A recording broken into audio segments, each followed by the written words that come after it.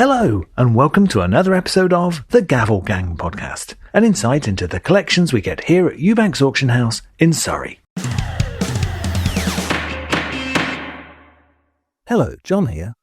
I just wanted to take a moment to introduce this bumper edition of the Gavel Gang Podcast as our fine sale swiftly approaches. In today's episode, Andrew will be talking to 3 valuers from different departments as they discuss some of their favourite lots from our upcoming summer auction. Firstly, we are introduced to Head of Fine and Contemporary Art, Philip Maggs, as he sheds light on the untold story of an endearing friendship illustrated on canvas, as well as some other exciting lots going under the hammer on Thursday, the 26th of June. I'm here today with our Fine and Contemporary Art Specialist Valuer, Philip Maggs. Philip, well, hello, thank you. Nice to see you, and we wanted to have a chat about some specific pictures today we've got coming up in our fine art sale. Okay. But first of all, to those of our viewers, listeners who haven't come across you before, how long have you been here with us at Eubanks now? I think about 7 months now. Okay. So 7 great months. Yeah. Pleased to say. Before that, with another auction house where I was head of picture department as well. And then before that, I was the representative for a US company doing their buying in Europe. And before we talk about some specifics we've got coming up, have you got a particular interest or area of art that's a real passion of yours, either that you collect or that you've always enjoyed? Yeah, I think Scandinavian painting from about 1880 to 1920. I think it's just they trained with all the great French artists in France. Everyone had to go their own way at the outbreak of the Franco-Prussian War. Right. And they went back home and where they just had wonderful light. Oh, yeah. It was a really great school of painting. Fantastic. Yeah. Well, something very different. Yeah. Today that we're going to talk about. So, and I hope I'm pronouncing it right. We've got 2 artworks here by Ben Unwanwu. I think that's right. What can you tell us about them, Philip, in terms of where they've come from and what we're seeing here?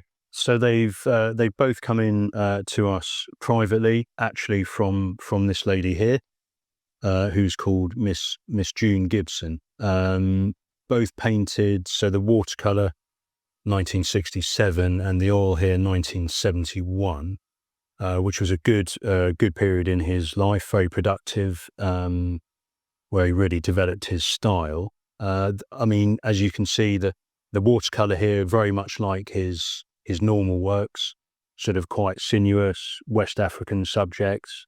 The oil here is a very unusual subject for him as an artist. There are 2 versions of the painting. We're very lucky to have the exhibition catalogue here.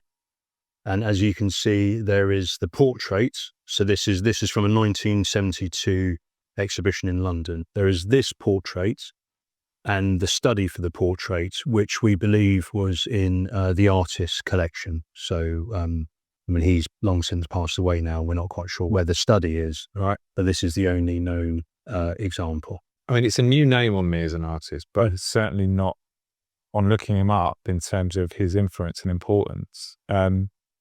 Listed as one of the most important African artists. Yeah. Have you ever?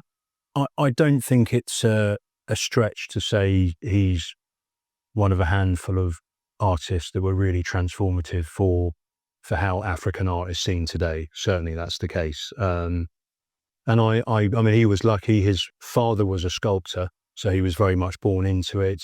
He won a scholarship, I think in the 1940s, to come and study in London. So he was trained at the Slade School, so about as prestigious as you can get. Yeah. Left with a first-class diploma from there. And of course was able to take the Western training and meld that back. But I mean, he was a cultural attaché as well for the Nigerian government. So he was used to traveling internationally to the United States, to the UK, throughout Europe, to try and further the reputation of African art. So not only a great artist, but someone who's recognized by his own government. So I guess commercially successful in his lifetime. Yes. And how about now? How do his prices sort of tend to come up at auction for artworks that we've seen? Well, it's again let's take the watercolor to start with. I mean, oil is really the top of the triangle, if you like, in terms of medium. So as a watercolor, I think we've estimated this at 2,000 to 3,000. I would hope it would be top end of that, if not if not some more. So when you think of him in the watercolor, this is really what you think of. And just so you can see the darker work around here and at the bottom, that's not, I mean, when I first looked at it, I thought that was acid damage. It's not. You can see the brushwork there. That's actually how he's painted it. So I think it really is in quite good condition. So this is more typical of his work, but it's a watercolor, therefore it's a lower estimate. Yes. This oil here that we've got, perhaps atypical Yeah. because of the subject matter. What sort of estimate have you looked at? So I mean, for what he makes, we've gone quite low and quite wide. So 20 to 40,000, we've said. And I think if it had been an oil of something that was this subject, I think we would have been perhaps more up around 80 to 120,000 for it. And I'm right in saying there's some good provenance with this that comes along with these artworks from the designer.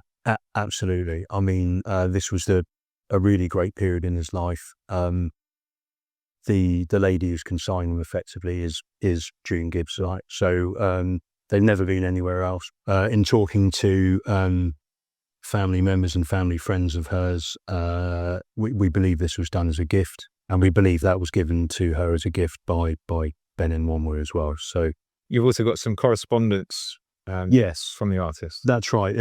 We're lucky to have here, in addition to the 1972 London exhibition catalogue, we have 8 letters here from the artist himself to Miss June Gibson there. And as you can see, I mean, the language is really quite endearing and affectionate to each other. They usually start, my dear June, my darling June, June, my love. And I don't think this suggests that there was any sort of long-standing relationship between them, other than just a very affectionate and endearing friendship. But he lived in London for a time? So I think as part of his work, of course, I mean, he was a regular visitor here after so in 1956, actually, when Queen Elizabeth was on a state visit to Nigeria, she commissioned him to do a sculpture of her, and that was actually unveiled the following year in 1957 in London. So, we think he was a regular visitor here. He was cultural attaché, so in many ways had a further diplomatic role. For some time by this point in the late 1960s, potentially, you can see got Nigerian High Commission there. So these are absolutely, they're all from the artist. Yeah. So there's one here from June that's typewritten actually. So we think that's just a copy of what she had sent him. Right. But they go from 1968, and the last record of correspondence we have is a Christmas card here from 1975. Rare to get this amount of provenance, isn't it, with a portrait? I mean, it's just lovely to have when you can see. I mean, quite often when you look at a portrait, you're judging it just on how it is. But when you can delve into what's the relationship between the artist and the sitter. I mean, this wasn't. I don't think she commissioned him. It really sounds as if this was a gift from him to her. And a close friendship, clearly, because he's giving her 2 of his paintings when he was already an established and successful artist. Quite so close. Yeah. As far as we know from talking to family members, there was never any sort of relationship there other than endearing friendship. Yeah. Although when I look at this portrait, I mean, I think he's sort of, we've got a slightly more loose background, which I think heightens the sense of the face, which I think he's taken a long time over. When I look at what she's wearing, actually, it's not a formal portrait. I mean, she's dressed, it almost looks like a white nightdress. I mean, you know, it's quite casual. Yeah. But it's really striking, isn't it? Yeah.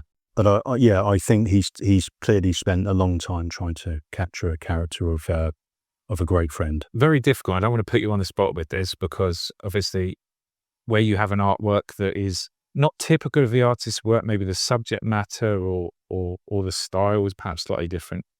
What impact do you think that has on the possible value at auction, and who would be buying a portrait like this? So I think perhaps an institution or someone who's already collected his work. And I think if you had one or two or several works already, or had part of your museum was specializing in this 20th century African art, the fact that it is quite unique could be a plus. Yeah. For for how much it makes.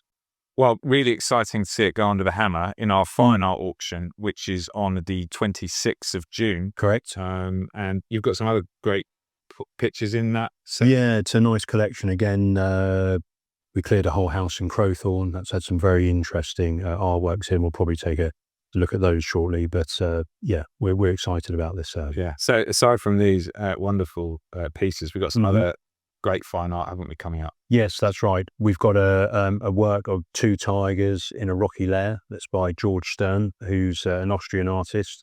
We've got that in at 3,000 to 5,000. I mean, that picture was sold in Germany about 10, 12 years ago for 25,000. So it's, again, that's come to us privately. So we've got that at 3,000 to 5,000. There's a lovely Tom Mostyn of an enchanted garden scene, originally retailed by the Fine Arts Society. We've got the label on the back for that still, which is good. There is a lovely portrait of a woman in profile, which is a pastel, Viennese 1920 by the amusingly named Paul Grabwinkler. But I think it is it is Viennese art, 1920, just perfection personified for me. A lovely study of a beautiful woman in profile. And there are three works that have come from a house in Haslemere by Cecil Alden as well. One hunt scene and then two of his lovely portraits of dogs. Excellent. Yeah. So it's looking like a strong sale. It's been a really great sale to put together. Yeah. Fantastic. Well, we look forward to it. I'm excited to see how it all does. Yeah, I'm looking forward to the day. Thank you very much. My pleasure. And welcome to you, Banks, belatedly, 7 months in, but it's really nice to speak to you, Philip. Good. Nice to be here. Coming up, Andrew speaks to jewellery valuer Eloise Campion about a large collection of antique pieces to be included in our jewellery, watches and coin sale, taking place on Wednesday, the 25th of June. I'm now here in the jewellery department and I'm with Eloise and we're going to look at some of the jewellery we've got coming up on the 25th of June in our jewellery auction. Yeah. I know you've got some great things in there, some fantastic Rolex watches in there as well. But in terms of the antique jewellery, what have you got for us in this coming sale? We've got quite a big selection of really beautiful Georgian, Victorian and Edwardian jewellery. For example, this aquamarine brooch from the Georgian period with its canotille, very delicate gold work around these oval faceted aquamarines. We can date these by the fact that they're closed back settings. Okay. They used closed back settings in those days because they didn't have electricity. And so it kind of reflected the light and the colour back through the stone. Also, the clasps are much longer, much stronger. So yeah, so that's a really beautiful piece. Are these all from the same source? We've got multiple vendors here for these bits and pieces. So these are all from one vendor. She collected jewellery throughout her life. Was an absolute kind of avid fan of really intricately designed pieces. So, for example, this one, it's got really beautiful enamelling to the wings with little rose-cut diamonds. And actually, the rubies on the top are star rubies. So if you point a light to them, can you see that kind of 6-rayed star that moves around with the pinpoint lights? Then we've got this lovely Victorian ring, an acrostic ring, which spells out a secret message. So it's like a token of love that people would give each other. So you've got your ruby, your emeralds, garnets, your amethysts, your ruby and diamonds. We've got this lovely Georgian moss agate brooch with a bloodstone body. Then we have a suffragette pendant. So with the suffragette pendants, you have the different colours. You've got the purple of the amethyst, you've got the white of a diamond or a pearl, or the enamelling in this case. And you have the green, which can sometimes be peridot or enamelling like this. So this is late 19th century in beautiful condition. Then we have this Ouroboros snake. So it's a brooch. It's a mourning brooch. I don't know if you can see there, but you've got the hairwork locket in the middle with these seed pearls around and the garnet eyes. An Ouroboros snake is a symbol of eternal love. The Victorians absolutely loved it. This is slightly earlier than that. a snake symbol that went throughout the ages up until the Egyptians, I really. guess more recently snakes are associated with, negative connotations maybe, but that's interesting. I saw you posted this one, I think, on social media. So it's actually a sign of love, ongoing love, and that's depicted by the circle. Yeah, eternal life as well. It was so it's love for a loved one that's loved and lost, really. This is a lovely one. So I really love this one. Fobs are coming back into fashion. So this is Victorian. You can tell by the kind of closed, solid foliate designs on it. But what's really lovely about it is that it's actually a locket, and inside it's engraved 1852, I think, Wow. for this one. It's got a little hair work inside as well. So this is for a lock of hair. A lock of hair. Well, I've had a look at the sale online, Yeah. and we're on preview now, and it's going online Friday of this week, and it looks fantastic. So It's going to be a good sale. It's all coming to market. So Yeah. thank you very much for speaking to me about it, and we'll look forward to it on the 25th of June. Yes. Thank you, Eloise. And finally, it's head of car and automobilia auctions, Matt Groom's turn to take the wheel. He talks to Andrew about some exciting lots that are to be included in what promises to be our biggest car auction to date. I am now here with Matt Groom, who is our car specialist valuer. Yeah. We're outside. Beautiful day. It's a lovely day, isn't it? What vehicles we got here today, Matt? Today we have a small selection of cars that we've got coming into our 4th of July sale. And we've got around, at the moment, 9 convertibles in the sale. So we've got this beautiful 1965 MG Midget that was consigned yesterday, actually. And it was fully restored in 2022. What an amazing job that's been done. I mean, it's like brand new, this car. You need to come and see it to believe the condition. The guide price for this is 6,000 to 8,000, which is remarkable value. That sounds reasonable price. It's a very good price, considering how much has been spent on this car. Yeah. And the level, and it drives beautifully. It's driven to our sale room, so you can literally buy this car, jump in, drive it away, enjoy it for the rest of the summer. And then we have this beautiful Bentley Azure, 1996. It's only done 37,000 miles from new. Right. So that's quite incredible. Right, really. right. And it's finished in a beautiful colour combination with the light blue and the cream leather, piped. I mean, this car represents great value for money. Again, it's in 35 to 45,000, the estimate. Doesn't sound a huge amount. It's not a lot of money at all, For especially with the mileage, the history, and the condition. Again, it is in remarkable condition. And I think, the Azures are, they're going up in value. and these are all good. I'm right in saying these are all private vendors, Yeah, private all sellers. private entries. This actually is a deceased estate. Okay. So we have got a large deceased estate Right. of 6 vehicles that are Right. coming in. So, which is an XJS again with Right. 30,000 miles from new, 1991 XJS V12, finished in beautiful bright red. All the examples this gentleman owned are really good examples. Yeah. they're Lovely. the best examples Yeah, no. probably find. And then we have a BMW Z3 here, only 2 owners from new. The reason why I chose that is it's because it's a 2.8, which is quite rare. It's got the Z3 M Sport full body kit, and the interior is M Sport, and it's even got a leather dashboard, which was quite a rare optional extra.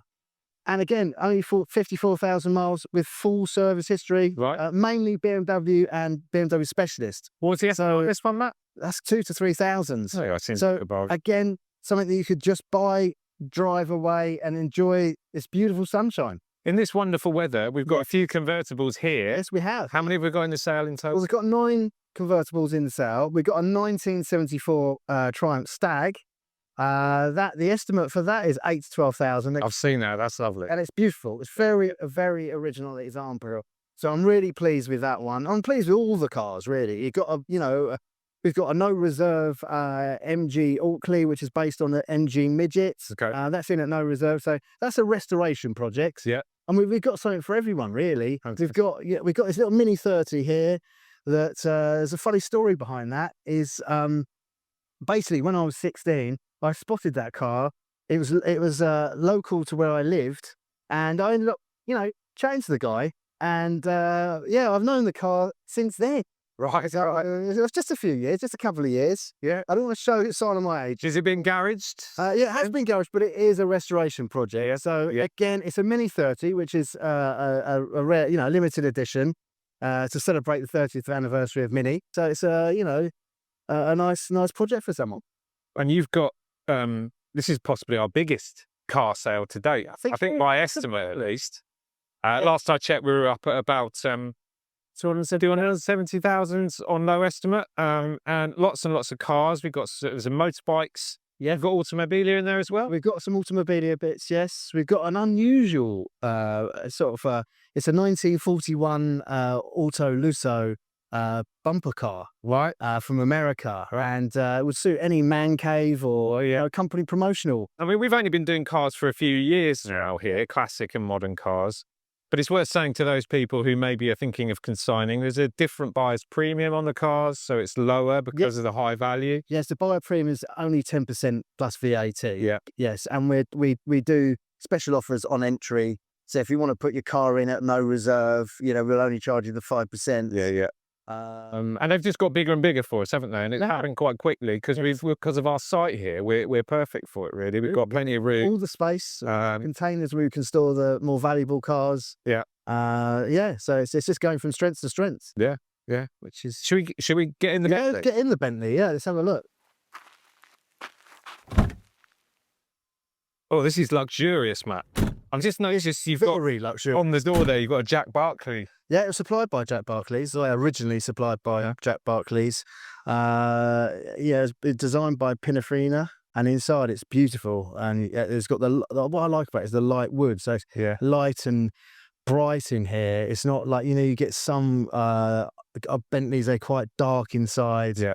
The steering wheel it just suits this car. Metallic paintwork, and then it kind of contrasts back into the interior. What year was this? 1996. 96. What do you reckon this would be worth now? This was a top spec car at the time, right? In today's sort of money, it'd be worth 120,000, 150,000. Yeah. So a lot of money. It's got all the wood. And it was a high spec back in the 90s. It's got electric memory seats, electric steering wheel, height adjust, and Alpine stereo system. It's still got the cassette. Yeah, I remember cassettes. Yeah. Oh yeah. Just about. Space for the golf clubs in the back. Oh yeah, you've got loads of space for the golf clubs. Yeah, and it's a touring car. You could drive to the south of France, and I think you wouldn't feel tired. What is the mileage on this one again? One's only 37,000 miles. Oh, that's not much, is it? So it's very, very low mileage. And they've got history and paperwork? Yeah, they've got history and paperwork, which I encourage everyone to come down and have a look. I encourage everyone to come and have a look at the cars. You're welcome to come and start the cars, come and have a look at all the paperwork. Sale date? The sale date is the 4th of July. It starts at 10 o'clock. Yeah. We go on view as of next Saturday.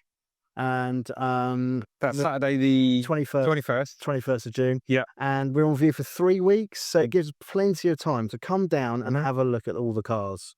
Yes, and we come down and have a look. You'll be here on site. Yeah, I'm always here on site. Any of the vehicles. Yeah. You can give the keys. We start the cars up. Look at all the paperwork. Yeah. We have all the logbooks. All cars are HPI clear as well. Okay. If they're not, we state that they're on the HPI register. So I'm really looking forward to this sale. Should be a good one. Yes, it's excellent. Yeah, we got some interesting cars. We got cars from projects, up to this. You can just get in and drive away. Yeah, so you got a Willys Jeep here as well. Yeah, we got the Willys Jeep. It's just different. Bit different. Yeah, that's all different. Yes. Yeah. Brilliant. Thank you very much, Matt. No problem. Look forward to this out. Yeah, I think it's going to do really well. Yeah, thank you. Cheers. Thank you for listening to the Gavel Gang Podcast. If you've enjoyed what you've heard, please subscribe and take a look at the Eubanks website for more information on this and upcoming auctions. Until next time, going.